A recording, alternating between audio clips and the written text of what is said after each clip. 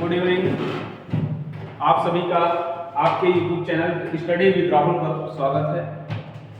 आगामी परीक्षाओं को देखते हुए हम जनरल स्टडी का 20 क्वेश्चनों का संग्रह लेकर आए हैं आपके साथ, और हम लोग देखते हैं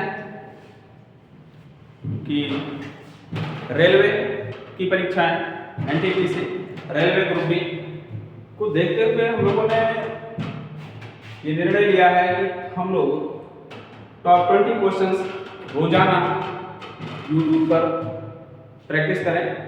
तो आइए देखते हैं पहला प्रश्न स्क्रीन पर है हमारे सामने। सबसे पुराना वेद कौन सा है? तो सबसे पुराना वेद कौन सा है? वेद की बात की गई है तो वेदों की संख्या कितनी? वेदों की संख्या कितनी है? वेदों की संख्या 4। तो वेदों की संख्या 4 है। हाँ, थोड़ा सा जान लेते हैं वेदों के बारे में सबसे पहले। तो वेदों की संख्या तो 4 हो गई। वेद सबसे पुराना वेद कौन सा है जो हमारे प्रश्न में पूछा गया है? सबसे पुराना वेद हमारा हो जाता है ऋग्वेद। अगर नवीन वेद आपसे पूछा जाता है तो नवीन वेद के रूप में हम लोग क्या जान लेते हैं? अथर्ववेद को मानते हैं। तो नवीन वेद के रूप में हम लोग किसको पढ़ते हैं? अथर्ववेद को। ठीक है। यजुर्वेद आपका ये धनुर्विद्या से प्रेरित होता है। धनुर्विद्या से प्रेरित है। धनुर्विद्या। हाँ, आपको बताते हैं वेदों की संख्या तो 4 हो गई, लेकिन अगर परीक्षा में कभी पूछ लिया गया आयोग द्वारा इन वेदों के उपवेद कितने हैं, तो उपवेदों की भी संख्या 4 ही होती है। तो और जान लेते हैं किस वेद का कौन सा उपवेद कहलाता है। अगर आपसे कभी ऋग्वेद का उपवेद पूछे तो ऋग्वेद का उपवेद हो जाता है आयुर्वेद। क्या हो जाता है? आयुर्वेद।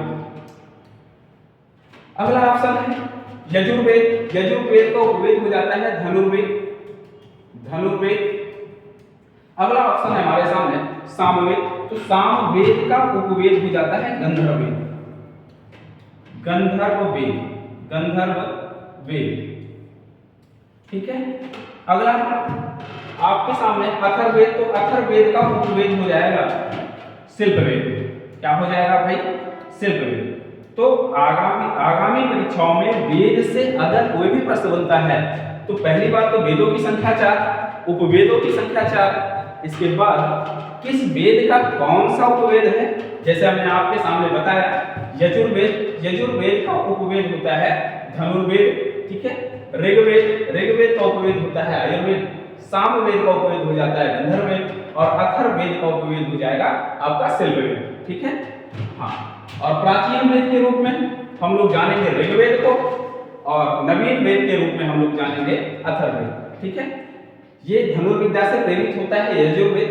ये ऋग्वेद आपका आयुर्वेद होता ही है इसका। सामवेद संगीत से रिलेटेड होता है। ठीक है, संगीत से। अथर्ववेद आपका जादू टोने, ठीक है, तंत्र विद्या से प्रेरित होता है। तो पहला प्रश्न आपका क्लियर हुआ। बढ़ते हैं नेक्स्ट प्रश्न पर। नेक्स्ट प्रश्न हमारे सामने है निम्नलिखित में से कौन एक अशोक का अभिलेख इस परंपरा की पुष्टि करता है कि गौतम बुद्ध का जन्म लुम्बिनी में हुआ? तो देखो शानदार प्रश्न है भाई। ठीक है। निम्नलिखित में से कौन एक अशोक का अभिलेख इस परंपरा की पुष्टि करता है कि गौतम बुद्ध का जन्म लुम्बिनी में? तो आइए देखते हैं हम लोग वो कौन सा अभिलेख है। पहला ऑप्शन है हमारे सामने बसाड़ स्तंभ अभिलेख। सेकंड ऑप्शन हम लोगों के सामने लिखा हुआ है निगाली सागर स्तंभ अभिलेख। थर्ड ऑप्शन है रामपुरवा स्तंभ अभिलेख, और चौथा ऑप्शन हमारे सामने है रोमिंदेय अभिलेख। तो रोमिंदेय स्तंभ अभिलेख सारे अधिकांशतः लोगों को पता होता है, चीजें पढ़ी हुई होती हैं। तो ये बेहतरीन प्रश्न है आज की क्लास का। निम्नलिखित में से कौन एक अशोक का अभिलेख इस परंपरा की पुष्टि करता है कि गौतम बुद्ध का जन्म लुम्बिनी में? तो सारे भाइयों से हम कहते हैं कि ये जो लुम्बिनी है ये कहाँ पर है? नेपाल में। कहाँ पर है? नेपाल। ठीक है। कहाँ पर है भाई?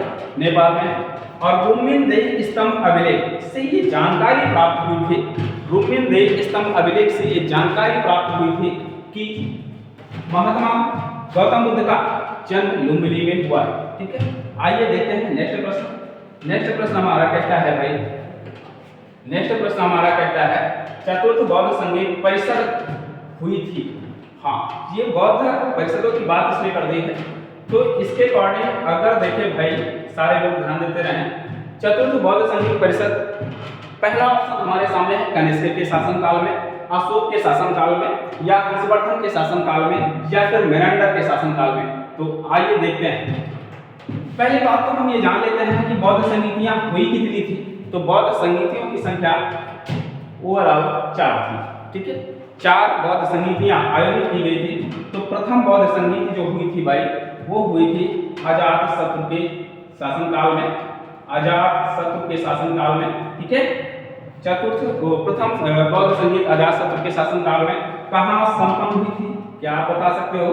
तो ये हुई थी राजगीर, या फिर हम क्या कहें इसे, राजगृह, ठीक है, राजगृह, क्लियर। हाँ, सेकंड बौद्ध संगीत परिषद जो संपन्न हुई थी वो कहाँ पर हुई थी और किसके शासनकाल में? तो वो हुई थी कालाशोक के शासनकाल में। कहाँ पर हुई थी भाई? ये सेकंड नंबर वाली कहाँ हुई थी? कालाशोक के शासनकाल में, कालाशोक, ठीक है, कालाशोक के शासनकाल में। और ये कहाँ संपन्न हुई थी? तो ये हुई थी वैशाली में। कहाँ पर? वैशाली में संपन्न हुई थी भाई, ठीक है। हाँ, तीसरी बौद्ध संगीत हमारी वो हुई थी भाई, कहाँ पर? वो हुई थी अशोक के शासनकाल में, अशोक के शासनकाल में। और ये कहाँ संपन्न हुई थी? तो पाटलिपुत्र में, पाटलिपुत्र, ठीक है। हाँ, पटना का प्राचीन नाम भी है पाटलिपुत्र, ठीक है, पूछा जाता है। स्टैटिस्टिक्स के थ्रू ऐसे प्रश्न भी पूछे जाते हैं, ठीक है। और चतुर्थ बौद्ध संगीत परिषद कहाँ हुई थी? जो प्रश्न में आपको दिख रहा है, तो वो हुआ था भाई कनिष्क के शासनकाल में। कहाँ पर भैया? कुंडलवन कश्मीर, कुंडलवन कश्मीर में, ठीक है, कुंडलवन कश्मीर में संपन्न हुई, ठीक है। तो आइए देखते हैं नेक्स्ट प्रश्न की ओर हम लोग बढ़ते हैं। और नेक्स्ट प्रश्न हमारा क्या है? नेक्स्ट प्रश्न हमारा कहता है निम्नलिखित में से किसमें पुनर्विवाह वर्जित है? ठीक, शानदार प्रश्न है भाई, ठीक है। ऐसे प्रश्न आगामी परीक्षाओं में पूछे जाने की पॉसिबिलिटी बनती है, और विगत परीक्षाओं को हम देखें तो ऐसे प्रश्न पूछे हुए हैं, ठीक है। तो निम्नलिखित में से किसमें पुनर्विवाह वर्जित है? पहला ऑप्शन है जातक। क्या जातक का फॉर्म में पुनर्विवाह वर्जित बताया गया है?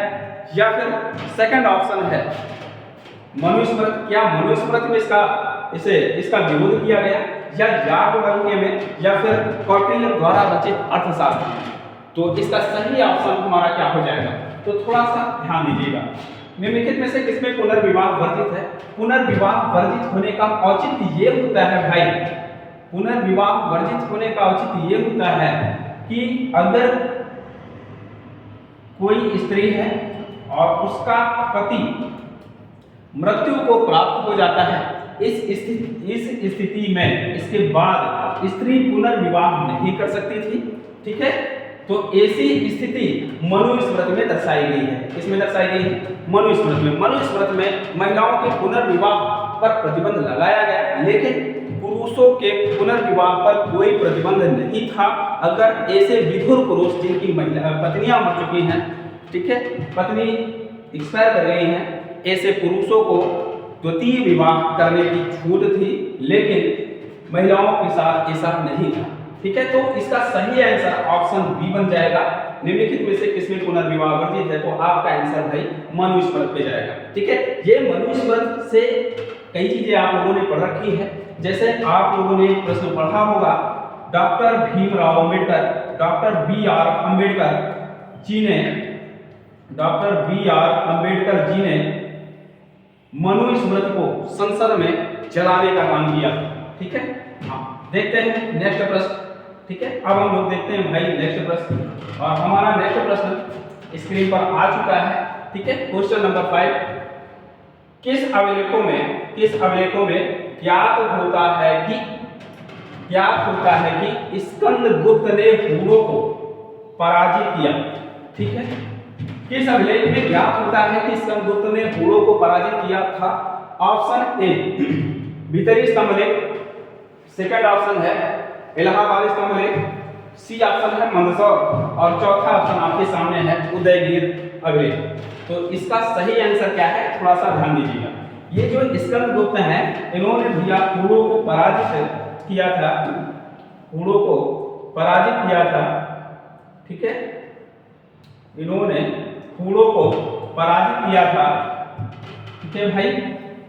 आपको बता दें कि हूणों को अगर पराजित करने वाला कोई शासक रहा है यहाँ पे तो इसका गुप्त ही रहा है। हाँ, इसका उल्लेख मिलता है किस अभिलेख में, तो याद रखना भीतरी स्तंभ लेख में, ठीक है। भीतरी स्तंभ लेख आपका उत्तर प्रदेश के गाजीपुर जिले, कहाँ पर भाई, जल्दी से बताएं, उत्तर प्रदेश का गाजीपुर, उत्तर प्रदेश का गाजीपुर जिले के अंतर्गत आने वाली एक सैदपुर तहसील है और इस तहसील के अंतर्गत आने वाला एक भीतरी स्थल है, भीतरी स्थल। और इसी स्थल से आपका रिलेटेड ये आपका लिंक हो जाएगा भीतरी स्तंभ लेख, ठीक है।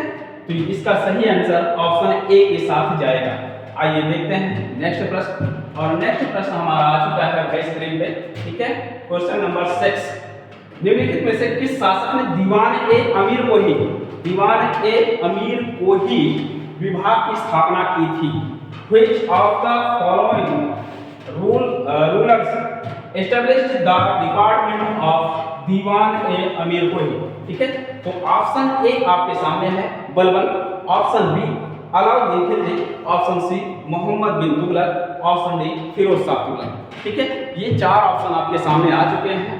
तो इसका सही जवाब हो जाएगा भाई, निम्नलिखित में से किस शासक ने दीवान ए अमीर को ही, ठीक है, दीवान ए अमीर को ही विभाग के डिपार्टमेंट की जो स्थापना है, एस्टेब्लिशमेंट है बेटा, वो जाएगा मोहम्मद बिन तुगलक के साथ, ठीक है, वो जाएगा मोहम्मद बिन तुगलक के साथ। इसका सही आंसर किसके साथ जाने वाला है? मोहम्मद बिन तुगलक के साथ जाएगा, ठीक है। किसके साथ जाएगा भाई? मोहम्मद बिन तुगलक के साथ जाएगा, ठीक है, क्लियर। हाँ, मोहम्मद बिन तुगलक किस एम्पायर का रूलर रहा है, आपको पता होगा, किस साम्राज्य का शासक था? तो ये तुगलक वंश का था, ठीक है, तुगलक वंश का था। और ये जो तुगलक वंश है भाई, तुगलक वंश है, ये सल्तनत काल का है। किस काल का है, जल्दी से बताएं? सल्तनत काल का है, ठीक है, सल्तनत काल का है। सल्तनत काल का जो प्रथम वंश रहा है वो रहा है गुलाम वंश। कौन रहा है भाई, जल्दी से क्लियर करें? गुलाम वंश, ठीक है, गुलाम वंश। आपको पता होगा गुलाम वंश की नींव कुतुबुद्दीन ऐबक, जिसे लाख वंश के नाम से जानते थे, और ये रहा 1206 से लेकर 1290। तो सल्तनत काल का सर्वाधिक दिनों तक शासन करने वाला कोई समय रहा, किसी डायनेस्टी का समय रहा हम कह सकते हैं, तो वो सबसे ज्यादा तक रहा है भाई, किसका रहा है? तुगलक का। कितने वर्षों तक? 94 वर्षों तक इन्होंने शासन किया, ठीक है। और दूसरा सबसे बड़ा लंबे दिनों तक अगर किसी का शासन रहा है सल्तनत काल में, तो वो रहा है गुलाम वंश का 84 ईयर, ठीक है, 84 ईयर, क्लियर। इस बात को भी आप याद रखना। और सबसे कम अगर किसी का रहा है सल्तनत काल में, तो वो रहा है खिलजी वंश। खिलजी वंश जो चला है, ठीक है, खिलजी डायनेस्टी जो रही है, ये ओनली 30 ईयर तक रही है, ठीक है, ओनली 30 ईयर, ठीक है, ओनली 30 ईयर, क्लियर है भाई। तो सबसे पहले सल्तनत काल में आपके आए थे गुलाम के बाद आए भाई, गुलाम के बाद आए खिलजी, और खिलजी के बाद आए तुगलक, और तुगलक के बाद आए थे सैयद, और सैयद के बाद आया था लोधी साम्राज्य, लोधी वंश, ठीक है, लोधी डायनेस्टी। और लोधी डायनेस्टी का जो फाउंडर रहा वो बहलोल लोधी, और अंतिम शासक क्लियर होगा आप लोगों को इब्राहिम लोधी, जिसकी लड़ाई होती है बाबर के साथ, ठीक है, बाबर के साथ पानीपत की प्रथम लड़ाई 1526 में। क्लियर हुआ भाई। तो बढ़ते हैं अब हम लोग नेक्स्ट क्वेश्चन पे, और नेक्स्ट क्वेश्चन हमारा इस पे आ चुका है स्क्रीन पे, ठीक है। क्वेश्चन नंबर 7, निम्नलिखित में से किस प्रथा की शुरुआत राजपूतों के समय में हुई? क्या शानदार प्रश्न आया है भाई, ठीक है, आप लोग आंसर दे सकते हैं तो इसका, ठीक है।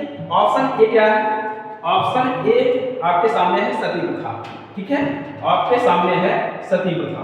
ऑप्शन बी बाल विवाह, ऑप्शन सी जौहर प्रथा, ऑप्शन डी इनमें से कोई नहीं। तो इसका सही आंसर हो जाएगा, सारे लोग ध्यान देते रहें। अच्छा, ये जो सती प्रथा है, और ये जो आपका बाल विवाह है, देखो ऐसी प्रथाएं ना कि हम तो कुप्रथाएं कहेंगे। ऐसी कुप्रथाएं हमारे देश में पहले से चली आ रही थी, ठीक है, तो इनका आरंभ तो पहले हो चुका था। हाँ, हालांकि हम ये कह सकते हैं कि ऐसी प्रथाओं का विकास, इनका डेवलपमेंट जरूर राजपूतों के समय पर हुआ है, ये कहा जा सकता है। लेकिन आपका प्रश्न कह रहा है आपसे किस प्रथा की शुरुआत ही राजपूतों के समय में हुए, तो आपको बता देते हैं इसका सही आंसर आपका हो जाएगा जौहर प्रथा।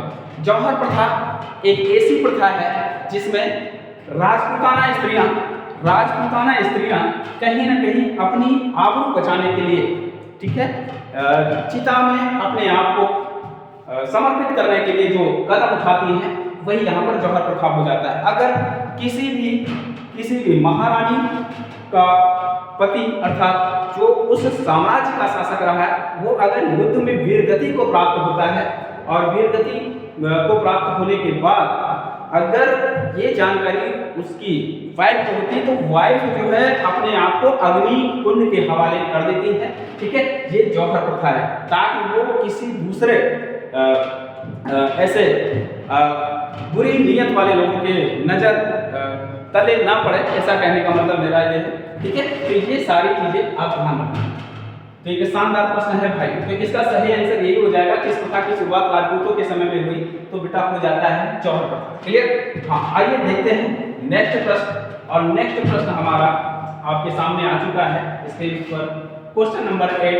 और क्वेश्चन नंबर 8 में कहा गया है निम्नलिखित में से किस शासक ने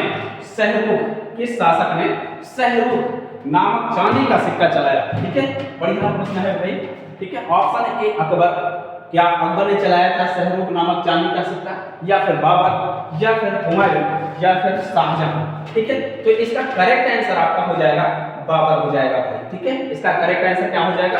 बाबर। सारे लोगों को पता है कि जो बाबर होता है ये समरकंद का निवासी है, ठीक है, समरकंद का निवासी है, ठीक है। फरगना कहा जा सकता है, फरगना समरकंद का निवासी है, जो वर्तमान में उज्बेकिस्तान के अंतर्गत आता है, उज्बेकिस्तान के अंतर्गत आता है भाई, ठीक है, उज्बेकिस्तान के अंतर्गत आता है। और बाबर जब हमारे यहाँ आता है, भारत आता है, तो सारे अधिकांश लोगों को पता होता है कि ये जो बाबर आया था तो 1526 में पानीपत की लड़ाई करता है इब्राहिम लोदी के साथ, ठीक है, और इब्राहिम लोदी को पराजित करके मुगल साम्राज्य की नींव डालने का काम करता है, ठीक है, मुगल साम्राज्य की नींव डालने का काम करता है, ठीक है। हाँ, कई सारी चीजें ये लाता है भारत में, ठीक है, कई सारी चीजें लाता है भाई, ठीक है। जैसे तुगलमा पद्धति, कौन सी पद्धति भाई? एक युद्ध की पद्धति है, एक कला थी, ठीक है, तुगलमा पद्धति भी बाबर की देन है भारत में, ठीक है। उस्मानी पद्धति कहा जा सकता है, ठीक है, उस्मानी पद्धति भी आप बाबर के लिए क्लिक करोगे, ठीक है, ये भी आपका आंसर कहीं न कहीं बनता है, ठीक है, उस्मानी पद्धति, तुगलमा पद्धति, ठीक है भाई। हाँ, और इश्कबाजी जैसा खेल, इश्कबाजी एक कबूतरों की लड़ाई का खेल था, इश्कबाजी एक कबूतरों की लड़ाई का खेल था भाई, ये भी बाबर की देन है, ठीक है, बाबर लेकर आया। क्लियर? बाबर गुलाब की खेती करना बताता है। कहने का औचित्य मेरा ये है कि गुलाब की खेती भी अगर देखा जाए तो बाबर के जमाने में अधिक विकसित है, ठीक है। क्लियर है भाई? वैसे अगर गुलाब की और बात करें तो इससे पूर्व, ठीक है, इससे पूर्व आपके जब आए थे वास्को डी गामा अर्थात पुर्तगाली, तो वो भी लेकर आए थे, ठीक है। लेकिन याद रहे कि गुलाब से इत्र निकालने की पद्धति, इत्र अर्थात परफ्यूम निकालने की जो पद्धति है वो अस्मत बेगम के द्वारा प्राप्त हुई, ठीक है, अस्मत बेगम के द्वारा प्राप्त हुई है भाई, ठीक है। तो ये आपके इस प्रश्न का बढ़िया सा ऑप्शनों का स्क्रीन रहा है, चीजों को थोड़ा सा ध्यान देते रहे, ठीक है। ऑप्शन आपका क्लियर हुआ है। और ये अकबर आप देख पा रहे हो, ये निरक्षर शासक है, ठीक है।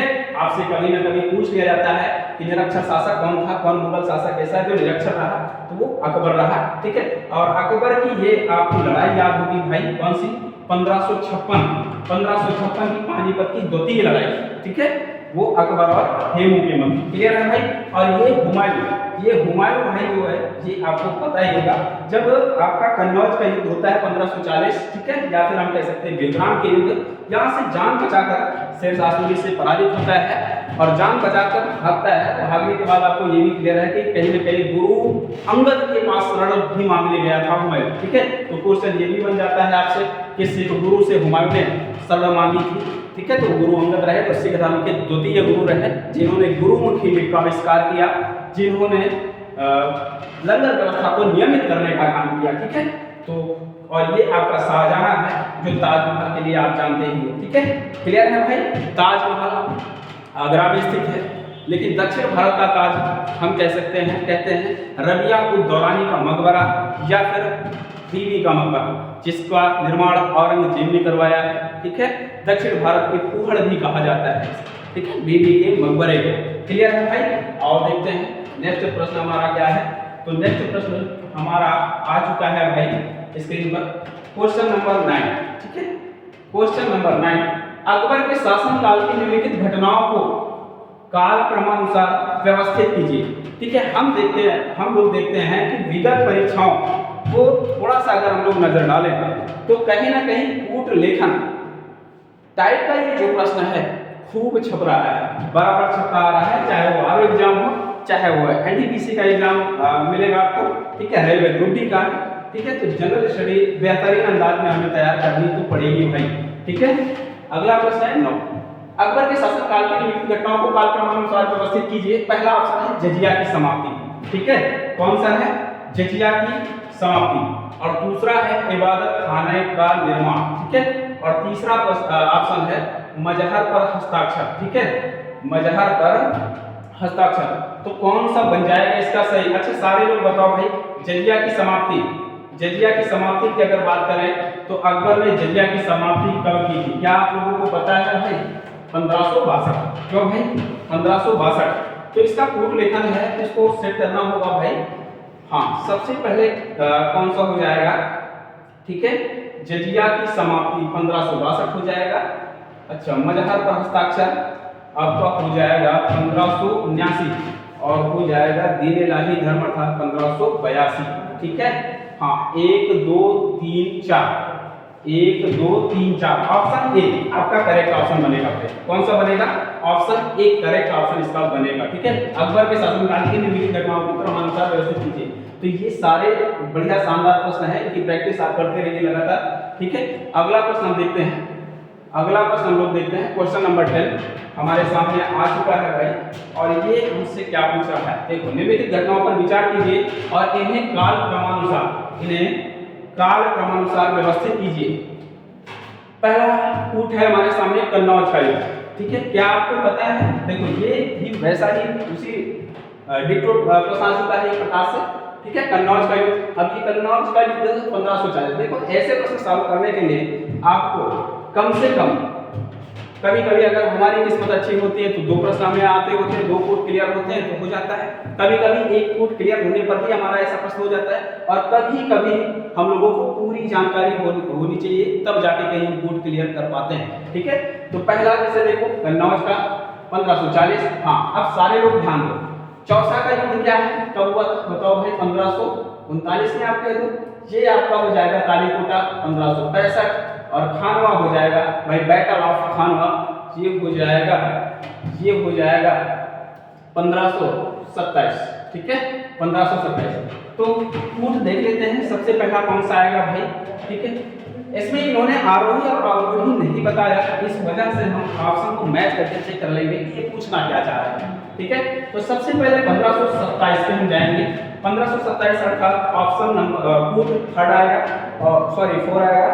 और 4 कहाँ पे? देखो, क्या ऑप्शन डी पे कूट 4 है? नहीं है, 4 से स्टार्ट नहीं हुआ है, तो ऑप्शन डी तो हम समाप्त कर देते हैं। अब फिर देखते हैं 1527 के बाद कौन आएगा? वो आएगा 1539, यानी बैटल ऑफ चौसा, यानी सेकंड कूट, ये बात। अब ये ऑप्शन कहाँ है? 4 के बाद सेकंड कहाँ पे है? 4 के बाद सेकंड बी ऑप्शन में नहीं है, ए और सी में है। अब क्लियर हो गई एक बात कि ऑप्शन ए या फिर सी, इन दोनों में एक सही होने वाला है, ठीक है।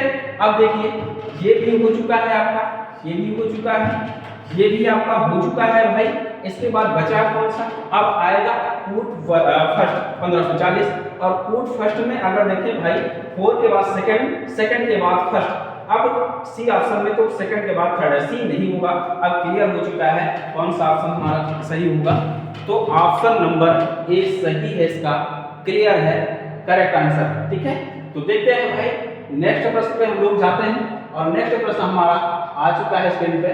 निम्नलिखित में से किन सिख गुरुओं को, ठीक है, बढ़िया शानदार प्रश्न है भाई, ऐसा प्रश्न एग्जाम में जरूर छप रहे हैं, लगातार छप रहे हैं। ठीक है, निम्नलिखित में से किन सिख गुरुओं को तत्कालीन शासकों द्वारा मृत्यु दंड दिया गया था। ठीक है, अब बताओ ये जो सिख गुरुओं की बात उन्होंने की है, तो सारे बच्चों को पता होता है, सभी लोगों को पता होता है। ठीक है, हम लोगों ने सिख धर्म पढ़ा है, हम लोगों ने सिख राज्य भी पढ़ा है।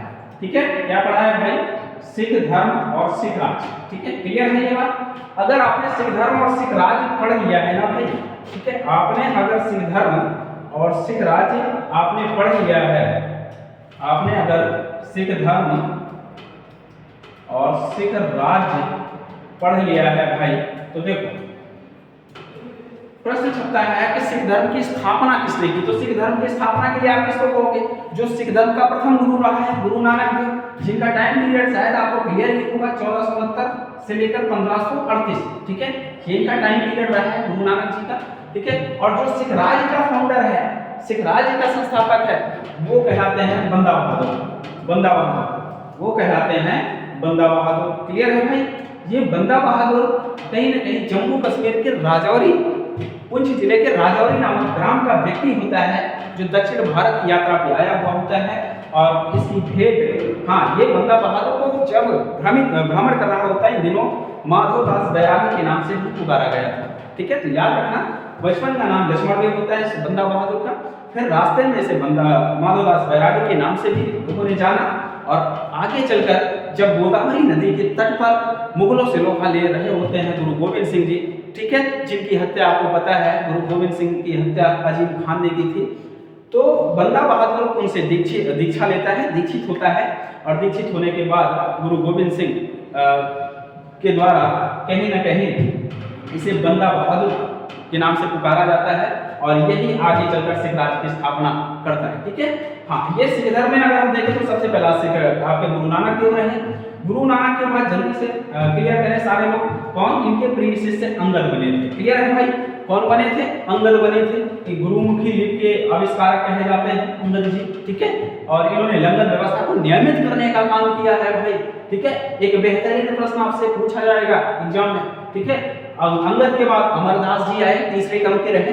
अमरदास को अकबर ने कुछ गांव दिए थे उपहार स्वरूप। ठीक है, और इसके बाद इनके शिष्य और या फिर इनके दामाद कहेंगे हम, रामदास जी आते हैं गुरु के पद पर, और रामदास को अकबर द्वारा 500 बीघा जमीन मुहैया कराई जाती है, जिस पर रामदास ने अमृतसर शहर की स्थापना रामदासपुर नाम से की थी।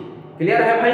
ठीक है, तो ये सारे फैक्ट आप क्लियर करते रहे। ठीक है, रामदासपुर नाम से हुई, और आगे चलकर इन्हीं रामदास ने गुरु का पद भी पैतृक बना दिया, क्योंकि अपने तृतीय पुत्र अर्जुन देव को गद्दी सौंपकर। ठीक है, और अर्जुन देव आते हैं स्वर्ण मंदिर का निर्माण कराते हैं। ठीक है, याद रखना। और ये स्वर्ण मंदिर पर सोने का लेप सिख शासक महाराजा रणजीत सिंह ने किया था। महाराजा रणजीत सिंह सिख राज्यों के 12 सिख राज्य मिसलों में से सुकर चकिया मिसल के फाउंडर भी माने जाते हैं। ठीक है, इस चीज को आप याद रखना।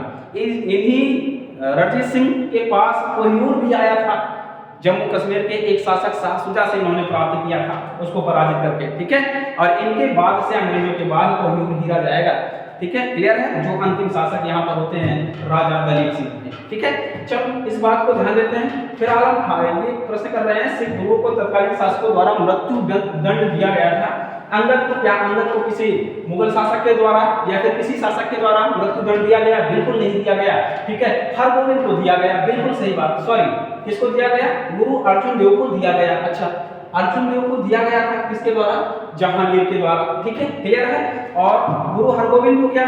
नहीं, गुरु हरगोविंद को नहीं दिया गया, गुरु तेग बहादुर को दिया गया। औरंगजेब द्वारा जिंदा दीवार में चुनवाने का काम किया, शीश काट दिया गया था। इन्हीं की याद में शीश महल गुरुद्वारा आपका क्लियर है कहाँ पर है भाई? नई दिल्ली में, ठीक है, इस चीज को ध्यान दो। तो बताओ कूट हमारा कौन सा सही हो जाएगा? 2 और 4। क्या 2 और 4 कहीं ऑप्शन में?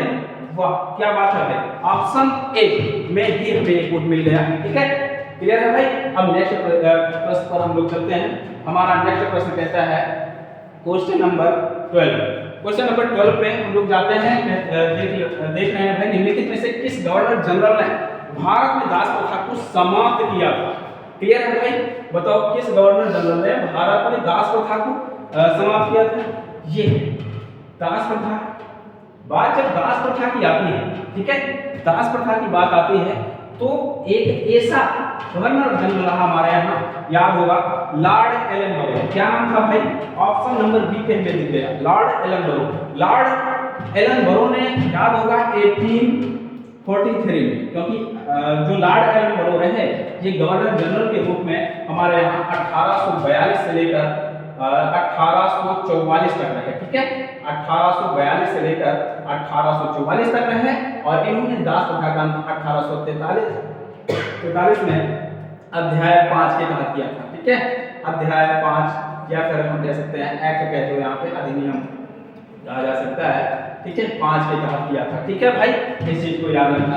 दास प्रथा अमेरिका, आपने सुना है अमेरिका देश है, यूएसए में भी दास प्रथा का अंत एक ऐसे यहाँ के राष्ट्रपति रहे जो 16वें क्रम के, जिनका नाम था अब्राहम लिंकन। अब्राहम लिंकन ने अमेरिका में दास प्रथा का उन्मूलन करने का काम किया है भाइयों, ठीक है, याद रखना इस बात को, ठीक है, इस चीज को। और बहुत सारे ऐसे रूलर आते रहे हमारे यहाँ, ठीक है, प्रांतीय रूलर, जैसे पुर्तगाली आए, तो इसमें जो पुर्तगालियों का वास्तविक संस्थापक है अल्फांसो डी अल्बुकर्क, उसने भी अपने सीमा क्षेत्र के अंदर, इस बात को जरूर आप गौर करते रहना, सीमा क्षेत्र के अंदर इसने क्या किया था? सती प्रथा जैसे सती प्रथा का अंत किया था, ठीक है, अल्बुकर्क ने, ठीक है, अपने सीमा क्षेत्र के अंतर्गत किसका अंत किया था?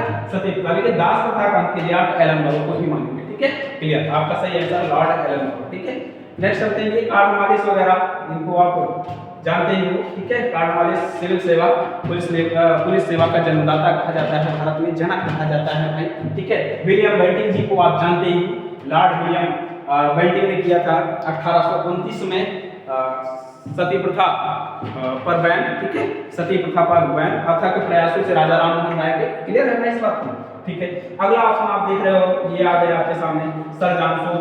सर जॉन सोर जो है हस्तक्षेप नीति के लिए जाने जाते हैं, ठीक है, भारत में हस्तक्षेप की नीति के लिए जाने जाते हैं सर जॉन सोर जी, ठीक है, क्लियर है भाई। हाँ, ये बात तो आपको क्लियर नहीं हो गई होगी। हाँ, तो इसका सही आंसर आपका लॉर्ड एलन बरो के साथ जाएगा, ठीक है। आओ देखते हैं नेक्स्ट प्रश्न हमारा। नेक्स्ट प्रश्न हमारा कह रहा है क्वेश्चन नंबर 13, निम्नलिखित में से किसने कालिदास की प्रसिद्ध रचना शाकुंतलम का पहली बार अंग्रेजी में अनुवाद किया? ठीक है, शाकुंतलम अर्थात ये वही है, ये है अभिज्ञान शाकुंतलम। क्या है? अभिज्ञान शाकुंतलम, ठीक है, आपने पढ़ाई है, ठीक है, अभिज्ञान शाकुंतलम जो कालिदास द्वारा रचित है, कालिदास द्वारा रचित है भाई, ठीक है। संस्कृत के प्रकांड विद्वान कहे जाते हैं कालिदास जी, और कालिदास द्वारा रचित शाकुंतलम, ठीक है, अभिज्ञान शाकुंतलम हम कहेंगे, ठीक है।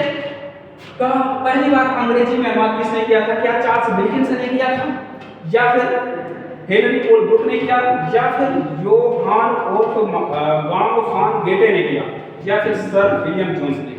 ठीक है, तो इसका सही आंसर आपको क्लियर ही होगा, ठीक है। कौन सा भाई बनेगा? सर विलियम जोन्स, ठीक है। सर विलियम जोन्स के बारे में आप लोगों ने सुना होगा, ठीक है। एशियाटिक सोसाइटी के लिए भी जाने जाते हैं। किसके लिए जाने जाते हैं? एशियाटिक सोसाइटी के लिए जाने जाते हैं। सारे बच्चों को क्लियर होगा कि 1784 में एशियाटिक सोसाइटी के सभापति निर्वाचित हुए हैं। कौन भाई? सर विलियम जोन्स जी, ठीक है। आपको क्लियर होगा जब वारेन हेस्टिंग्स के समय में, वारेन हेस्टिंग्स के समय में भाई एशियाटिक, हाँ, वारेन हेस्टिंग्स के समय में ये सर्वोच्च न्यायालय के न्यायाधीश भी रहे हैं, ठीक है, सर विलियम जोन्स। और इसके बाद सभापति चुने गए थे किसके भाई? एशियाटिक सोसाइटी में, ठीक है। ठीक है, तो याद रखना निम्नलिखित में से किसने कालिदास के प्रसिद्ध रचना अभिज्ञान शकुंतलम का पहली बार अंग्रेजी में अनुवाद किया? हमारा सही आंसर हो जाएगा सर विलियम जोन्स के साथ। ठीक है, अगला क्वेश्चन पे हम लोग जाते हैं भाई। क्वेश्चन नंबर 14 हमारा आपके समक्ष आ चुका है। ठीक है, जो कि शानदार प्रश्न है भाई। ठीक है, एक अच्छे लेवल का प्रश्न है, यहाँ तक हम ये कह सकते हैं पूछा जाता है। ठीक है, वनडे एग्जामों में तो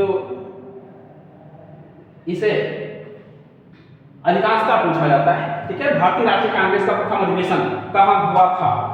कहाँ हुआ था भाई?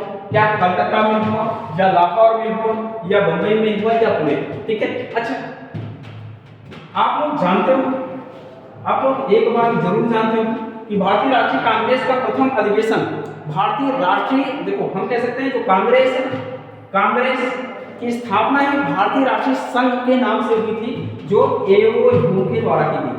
इसके द्वारा एओ ह्यूम के द्वारा की थी। भारत में एओ ह्यूम जी को कांग्रेस का संस्थापक के रूप में भी जानते हैं, एओ ह्यूम जी को पक्षी विज्ञान का जनक के रूप में भी जानते हैं। ठीक है, लेकिन अगर बर्ड्समैन की बात आए तो डॉक्टर सलीम अली बर्ड्समैन के नाम से जाने जाते हैं, लेकिन पक्षी विज्ञान के father of bird science A O Hume. ठीक है, हाँ, एओ ह्यूम ने स्थापना की थी 1850 में। क्लियर, 1850। ठीक है, 1885 में। और जो इसका प्रथम अधिवेशन है भाई, ये कहां पर हुआ था? एक कॉलेज है गोकुलदास। ठीक है, गोकुलदास तेजपाल संस्कृत कॉलेज कहां पर है? बॉम्बे में। ठीक है, बॉम्बे में। ठीक है, यही क्लियर है भाई। तो पहला अधिवेशन भी आपका कहां हो जाएगा? ठीक है, कहां पर हो जाएगा? बॉम्बे में हो जाएगा। ठीक है, क्लियर है भाई। हाँ, 1850। इस चीज को भी आप याद रखना। ठीक है, अगले प्रश्न पे हम लोग बढ़ते हैं भाई। अगला प्रश्न हमारा आ चुका है, वीडी सावरकर द्वारा स्थापित गुप्त संगठन। ठीक है, वीडी सावरकर द्वारा स्थापित गुप्त संगठन कौन सा? अच्छा, वीडी सावरकर आता है तो इसका मतलब वीडी का जो फुल फॉर्म है, जो पूरा नाम था वीडी सावरकर जी का, विनायक दामोदर। क्या नाम था भाई? विनायक दामोदर। ठीक है, विनायक दामोदर। क्लियर भाई? विनायक दामोदर सावरकर द्वारा स्थापित गुप्त संगठन कौन सा था? क्या युगांतर समिति रही है, या अनुसूचित समिति रही है, या हिंदुस्तान रिपब्लिकन एसोसिएशन रहा है, या फिर अभिनव भारत? तो हमारा सही आंसर क्या बन जाएगा? अभिनव भारत। क्या बन जाएगा दोस्तों? अभिनव भारत। ठीक है, ये अभिनव भारत की स्थापना 1904 में होती है। 1904 में। ठीक है, इससे पहले ये अभिनव भारत 1899 में मित्र मेला नाम से स्थापित हुई। किस नाम से? मित्र मेला। ठीक है, मित्र मेला नाम से स्थापित हुई, और यही मित्र मेला आगे चलकर एक गुप्त संस्था के रूप में कन्वर्ट हो जाती है, तब्दील हो जाती है, और ये आगे चलकर भाई अभिनव भारत के रूप में जानी जाती है 1904। क्लियर है? आगे बढ़ते हैं। ठीक है, नेक्स्ट प्रश्न हमारा आ चुका है, और नेक्स्ट प्रश्न हमारा स्क्रीन पर क्वेश्चन नंबर 16। ठीक है, निम्नलिखित भारतीय राष्ट्रीय कांग्रेस के किस अधिवेशन में महात्मा गांधी को चंपारण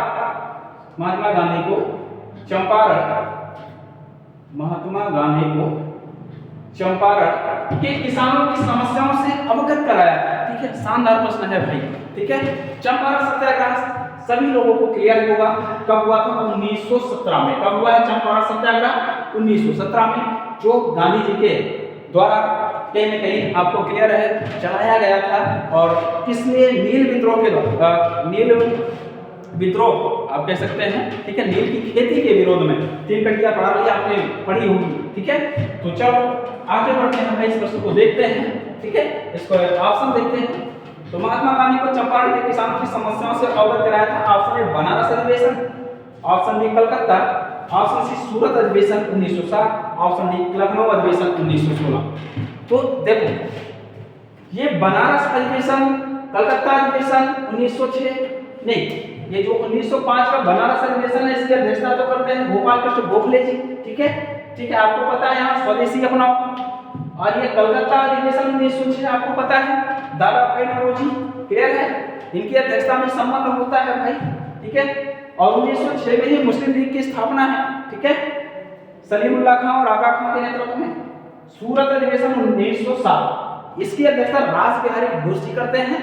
इसी में नरम दल और गरम दल का विभाजन भी होता है, इस बात को आप जरूर याद रखना। और लखनऊ अधिवेशन 1916, इसमें मुस्लिम लीग और नरम दल गरम दल एक साथ आए थे, याद रखना। और इसकी अध्यक्षता करते हैं अंबिका चरण मजूमदार, लखनऊ अधिवेशन 1916 की, ठीक है।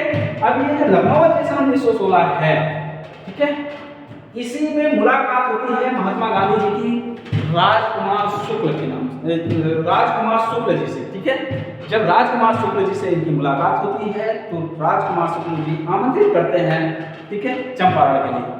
क्लियर है भाई? तो इसका सही आंसर क्या हो जाएगा? इसका सही आंसर मेरे मित्रों क्या होने वाला है? Option D. क्लियर है भाई? चलो बढ़ते हैं नेक्स्ट प्रश्न पर। और नेक्स्ट प्रश्न हमारा कहता है, नेक्स्ट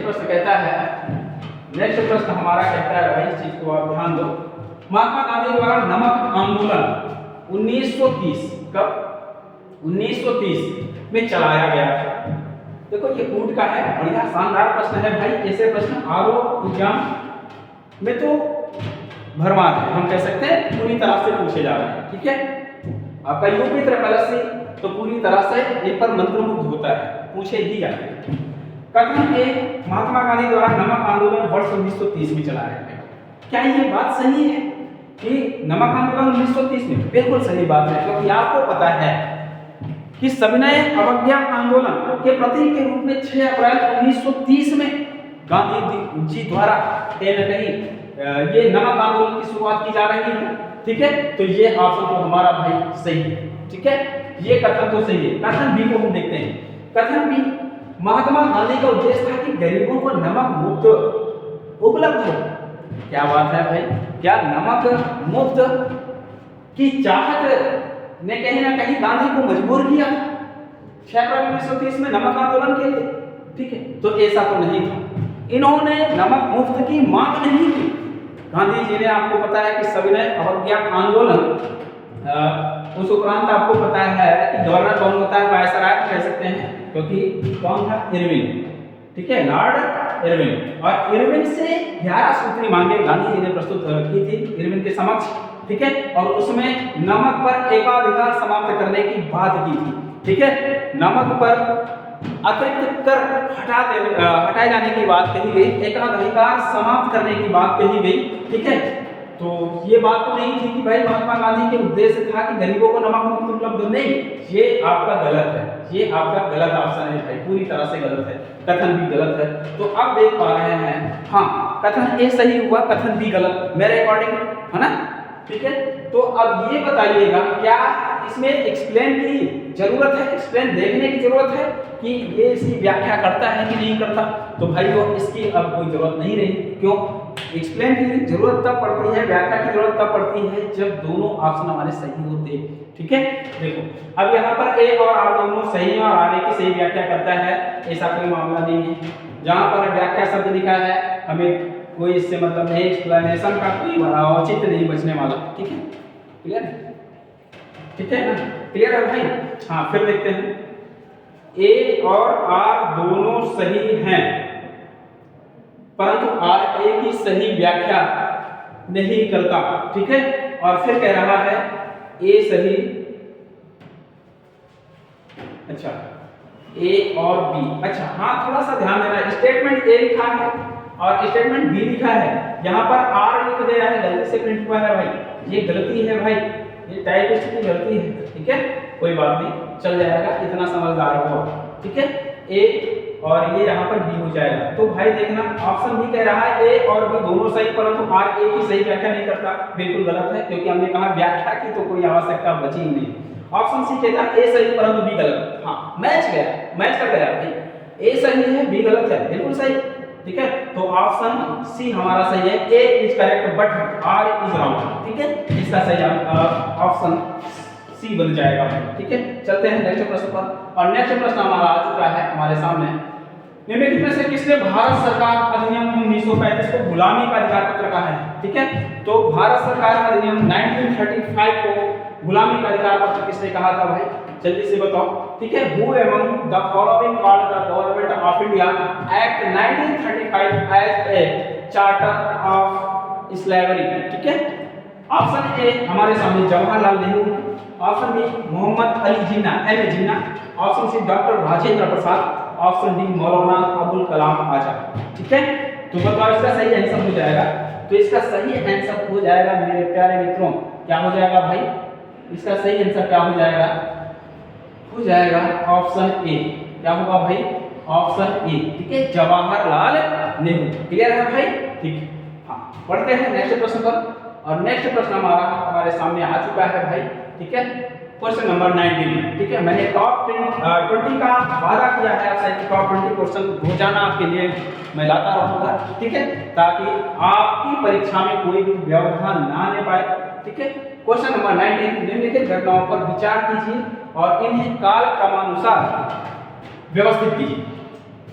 ठीक है, अब पहला इनका देखिएगा पूर्व भाई, लाला हरदयाल द्वारा गदर पार्टी की स्थापना। अच्छा, लाला हरदयाल द्वारा गदर पार्टी की स्थापना क्या पता है भाई आप लोगों को, कब हुई थी, 1913।